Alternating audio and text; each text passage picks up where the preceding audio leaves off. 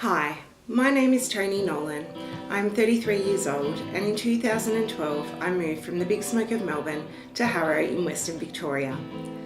A weekend trip to this small country town was the beginning of an extraordinary journey.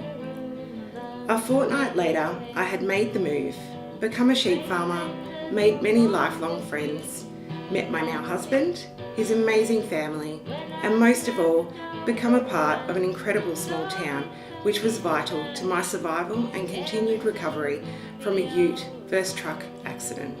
All this by 2018. It was early in the evening on the 1st of September 2015, 10 kilometres from home.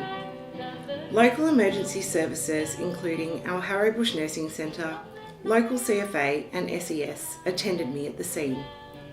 My husband and family first heard of the accident over the CFA radio, dreading it was me, as I was yet to arrive home. The people we call our friends and acquaintances, those we have daily interactions with, they were the people who saved my life.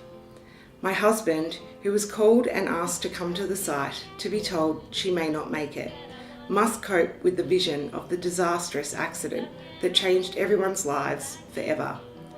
I am eternally indebted to every single one of them, no words can describe. Hours stuck in the ute, ambulance rides, surgeries, and impressive metalwork by hospital staff, including 3 months of intense recovery in Melbourne hospitals. Then I was able to return to this amazing town Harrow I am proud to call my home.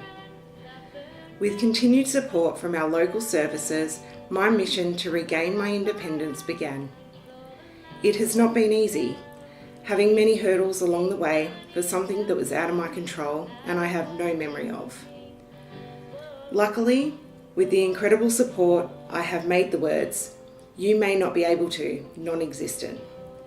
From walking again to having children, I continue to show our family, including our daughter Sadie, that anything is possible when you believe you can. The smile that brings to their face.